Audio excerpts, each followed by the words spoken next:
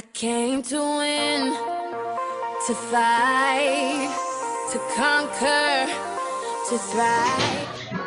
Hey everybody, this is your girl Jean with Let's Talk with Divanation. Thank you so much for tuning in with me again this week. And listen, for everybody that viewed my breast cancer awareness viewing on last week, I want to thank you so much. You know, Kevin, I had 2 breast cancer survivors that came on last week. I had one who was Miss Jackie O'Kelly, who was a 23-year survivor. Wonderful. Yes, I tell you. And then I had Miss Tina Moore, who has survived for 1 year, who had obtained a double mastectomy. And she's doing really well, and she is cancer free now. So, you know, for there, we want to give God the glory and praise.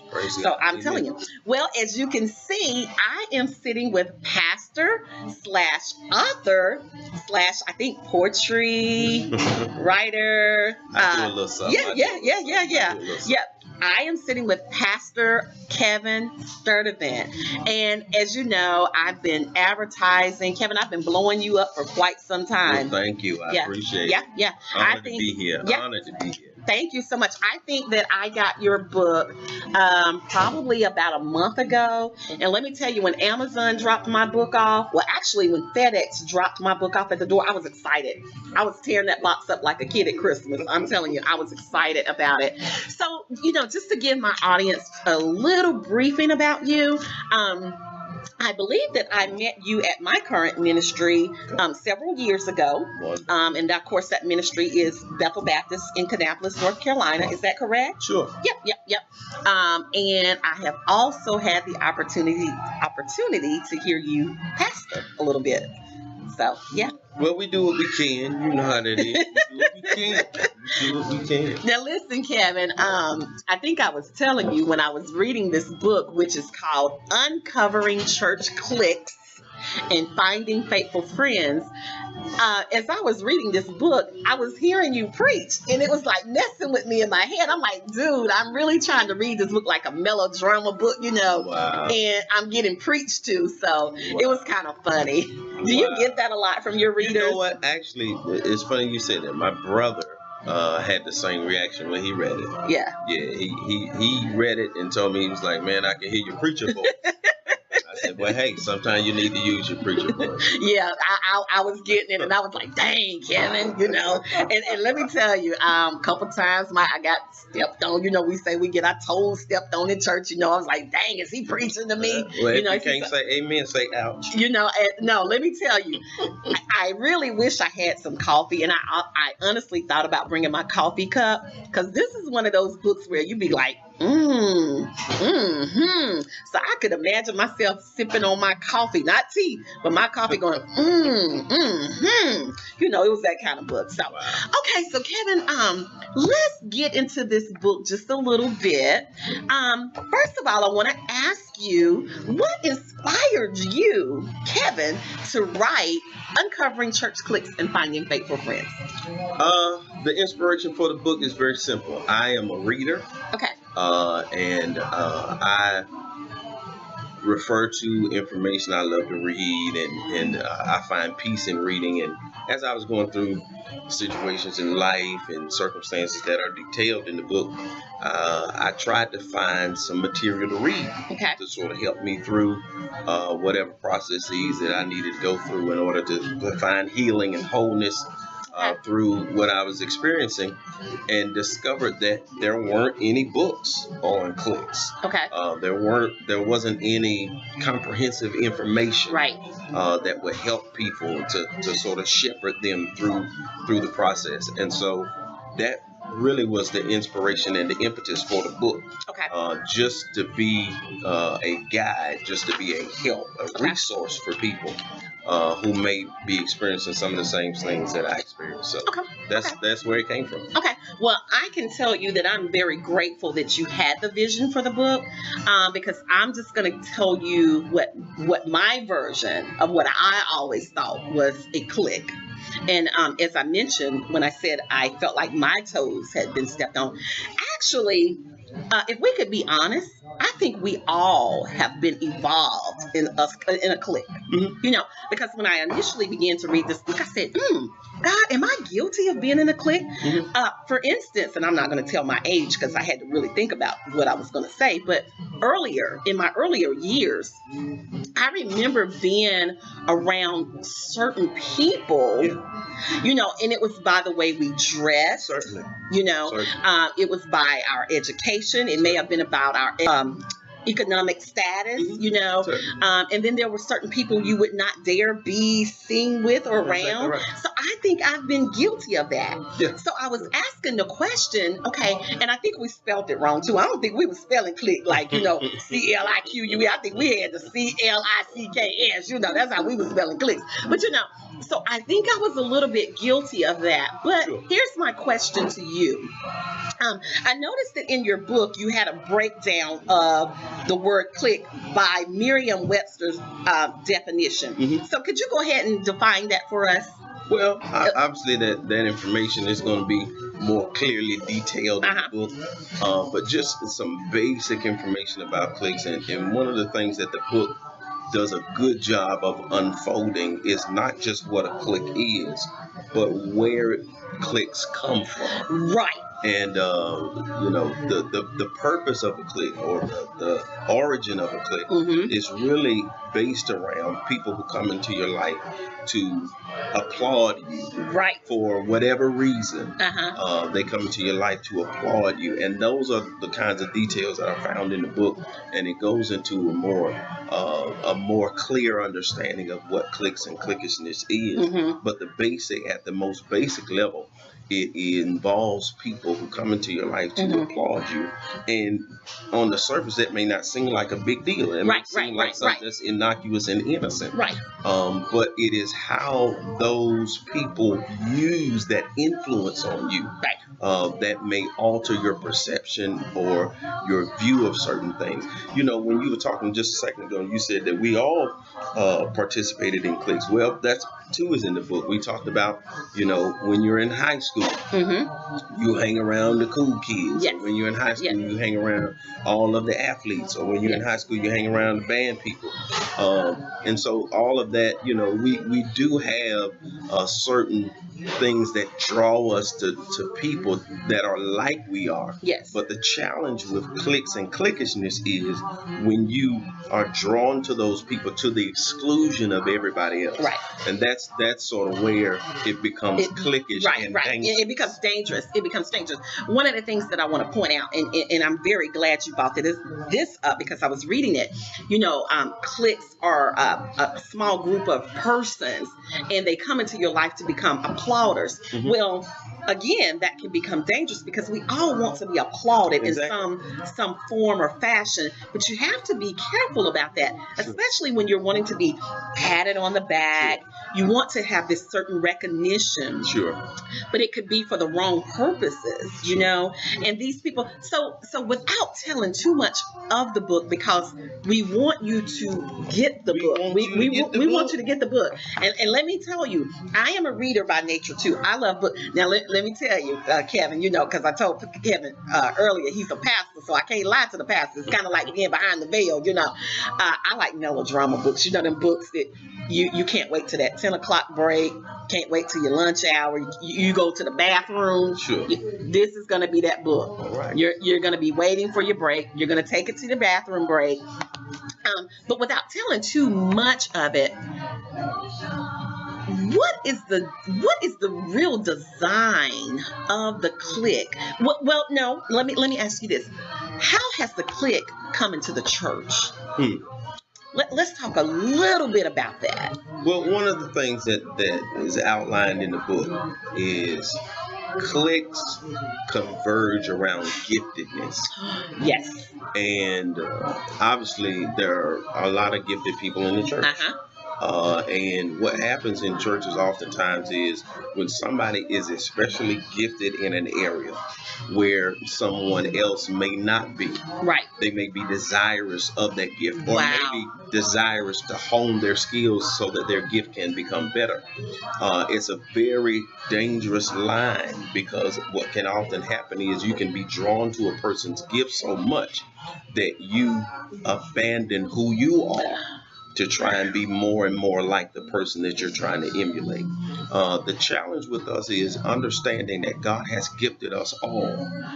And it doesn't necessarily mean that even though my gift may not operate the same way that your gift operates, absolutely. I'm still gifted. Sure. And that comes from God. And Sure. but cliques oftentimes converge around giftedness. And I mean, it's very easy to identify. If you have oftentimes cliques operate a lot of times again around giftedness, so it's easy for cliques, for choirs to become cliquish. Yes. It's easy for musicians to Yes. become cliquish. It's easy for deacons to become Yes. cliquish, or preachers to become Yes. cliquish, because in those areas they are gifted in their own right. And oftentimes when you don't know how your gift will play out, you try to seek or seek out somebody to try and Yes. own your gift, and that can become a very dangerous situation. Yeah, I absolutely agree with you. Sure. You know, one of the things I often say to people is this: we often want to emulate, as you say, or we want to steal, or we want to partake in others' gifts. Mm-hmm. But you know what? A lot of times you don't even know what a person has gone through That's exactly right. to even get to where they are. That's exactly You know, and we have to understand the measures of gifts. You know, God gives us all a different measure of gift. Sure. You know, my gift you may not be able to handle. Sure. And let me tell you, I definitely can't handle your gift. I'm not called to pastor, so I don't even want to be in your place. Sure. I can understand that you have nights that you're restless. Sure. I understand that you have butterflies in your stomach on Sure. Sunday mornings. Very much. I understand that you have people that are hating on you. You know what I mean? So we have to, and I understand, we have to be careful, and it becomes a dangerous situation. So, you know, people, you get the book. I'm telling you, I told people in a post yesterday, and I'm saying it on social media, get the book. You will not be disappointed. This is a great stocking stuffer. This is a book that if you're in a reading book club, a book for your pastor, book for your deacons, deaconess, choir members, any organizations in your church, family members. And I even said this because, you know, as a host and as a talk show host, you know, if you are a clique leader, if you know a clique leader, this is a book, I'm telling you, I believe it is a book that will set you free, that will bring deliverance. There is so much more. And so, Kevin, what I want to say is, we're talking about cliques, you know, and we just talked about how cliques have gotten into the church. Sure. Every book has a happily ever ending story, you know. So we definitely don't want to deter people from the church, because I know there's so much happening now in our churches, but there's also a lot of good that's happening in the church. So we definitely want to let people know that there's a lot of good things happening in the church. Sure. Let's talk a little bit about, there was a section, I believe it was chapter 4. No, not chapter 4. The chapter where you talked about, was Christ cliquish, or were the disciples cliquish? Now, we know that there were 12 disciples, but you did not talk about all 12 disciples. You talked about Peter, you talked about John, and then there were James. Okay. Why did you specifically mention those? A very simple biblical examination will show you that although Jesus obviously had 12 disciples, right, he very much enjoyed the personal closeness with Peter, James, and John. And you find in major points in the ministry of Jesus that Peter, James, and John are close by. Okay. And so it's obvious that Jesus had a more close connection with those three than perhaps with the entire group of disciples. Now, let me ask you this. Was it out of obedience? Was it because they were always available? How do we get to this? And I know, we should be Bible scholars like Kevin. I don't know if I'm a scholar. How do we get to this revelation?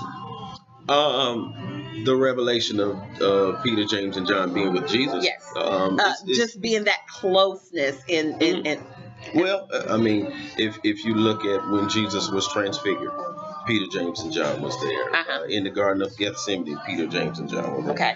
And so you will find throughout a biblical examination that Peter, James, and John are closely connected to Jesus in areas, in ways in which the other 12 may not have been. Right. And so Jesus has this opportunity to pour into them in special and crucial ways in his ministry that prepares them for the ministry that they will launch. Okay.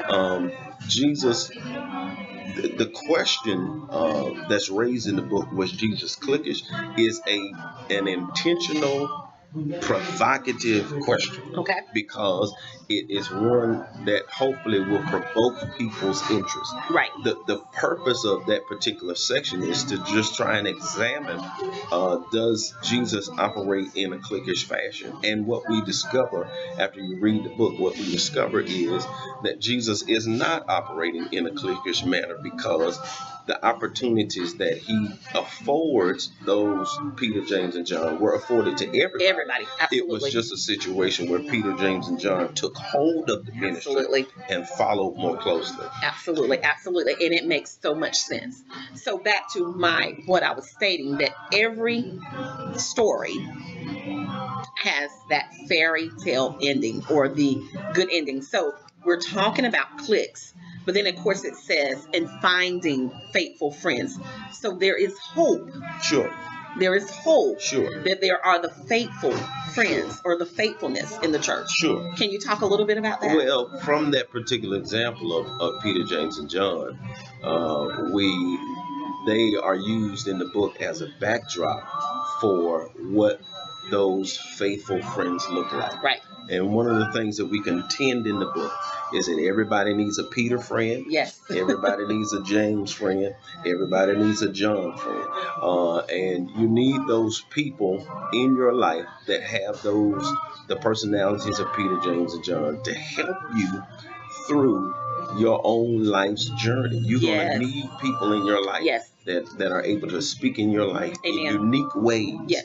And that's what Peter, James, and John were for Jesus. Yes. And prayerfully, that's what a Peter, James, and John friend will be for those people who read the book. Right. And when you read the book, you'll be able to quickly identify, as you go through the chapter that talks about faithful friends, it will be automatic. You'll be able to quickly identify, this is my Peter friend. Yes, this absolutely. is my James friend. This is my John friend. And those are the people that God dispatches in your life to help you become who you're supposed to be. Robert Schuller once suggested that if a person in a lifetime can have 5 good friends, you are richly blessed. And so, 5, I know you got 1,200 people on Facebook that call yourself friends, but if you got 5, you're richly blessed. And so in the book, we advocate that you try to identify those 3 personalities in your life, that Peter friend, that James friend, that John friend, that can help you become who God's called you to be. Absolutely. And that was a very valid point of being able to quickly identify those faithful friends, but also the book will help you quickly identify cliquish friends as well. Sure. And that's going to be very vital. And I think the thing is, we're in 2015. We're in a century now where we think, after hearing the word of God for so many years, my grandmother who died at the age of 93, Wow. who was very spiritual and always, she knew the word of God front to back. But, you think that we're in a time now where we still have this type of thing going on, where people are still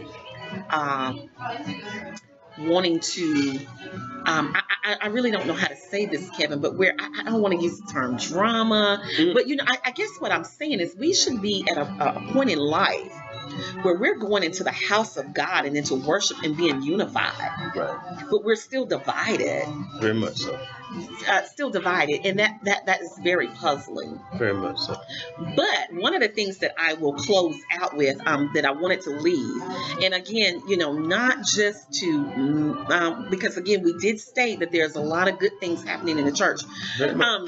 There was a term that I was very tickled about. In fact, there are two terms that you identified these cliques as. You used the term spiritual gang, and then you use the term diabolical. Mm-hmm. So when we talk about diabolical, we have to understand that these are evil spirits that have, would you say, that have pretty much overtaken the minds of these people, the mindsets?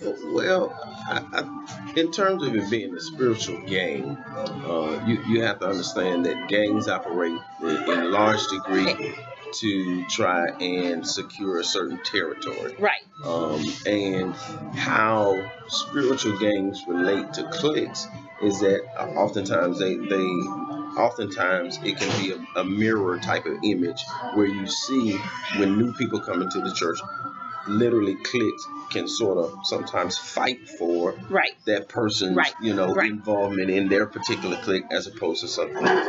But in terms of it being diabolical, even we speak in the book about how the fact that cliques were in Bible antiquity, cliques predate the foundation of the earth, and we talk about that in the book. But they can have a diabolical influence because whenever we are taking our focus off of the things of God, in order to pursue our own personal interest and our ego, which is also in the book, we literally ease God out of the process. And we get to a point where we remind God more of Satan than we do of Christ. And we talk about that in the book. Absolutely.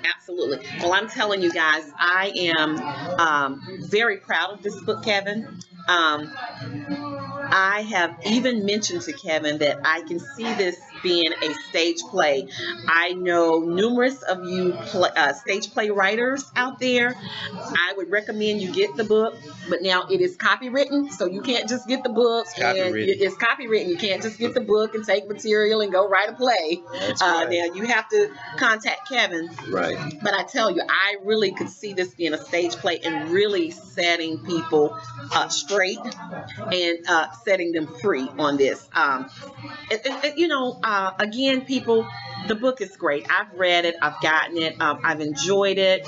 And again, if I'm referring the book, I'm recommending the book. I'm an avid reader. I only read the best. I only recommend and refer the best. I recommend this book. Get it. Kevin, tell them how they can get this book. Well, you can get it on ZulanPress.com. It's available on Barnes & Noble, and it's available on Amazon Books.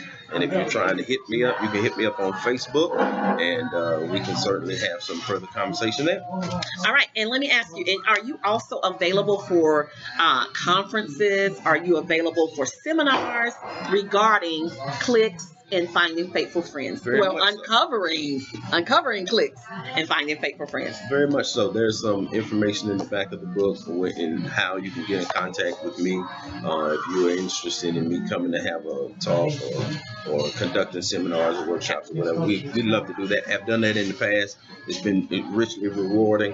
We'd love to do it in the future. Okay, guys. So listen, the information will be going across the screen. Get him booked. I'm telling you, as he stated, it is well worth it. We want to get him booked. We want to support Kevin. I am a huge advocate. This is why I have the book. And I have many more books to order. Is this your first book? This is my first book. Okay, first My book. first Okay, author. and I'm sure there are many more to come. I There are feel more to come. in the presence that there are more books to There come. are more But you know, let's support our own guys. Go to Amazon, Books, Noble. Is it Barnes and Noble? Barnes and Noble. Barnes and Noble. Yes. You can contact Kevin on Facebook, as he stated. Let's get the book ordered. It is reasonable priced. Call if you need information from me. If you want to know a little bit more about the book, you can certainly contact me. But let's get this book ordered, and let's get Kevin booked for some conferences and seminars. Well, listen, Kevin, thank you so much for coming to Let's Talk with Divanation. Thank you. I tell you, thank you for coming. It's been a real pleasure and honor to have my first pastor, guys. Pleasure. And I behaved to myself. Yep. I'm not a Steve. I didn't even cuss. See, Steve Harvey, I didn't cuss. So, you know, thank you so much. And I certainly hope to have you back again real soon with that next book. Sure. All right. And guys, I pray that you all will have a blessed weekend. And until you see me again, continue to see yourself and walk in your blessed place. All right. Talk to you later. I came to win, to fight, to conquer.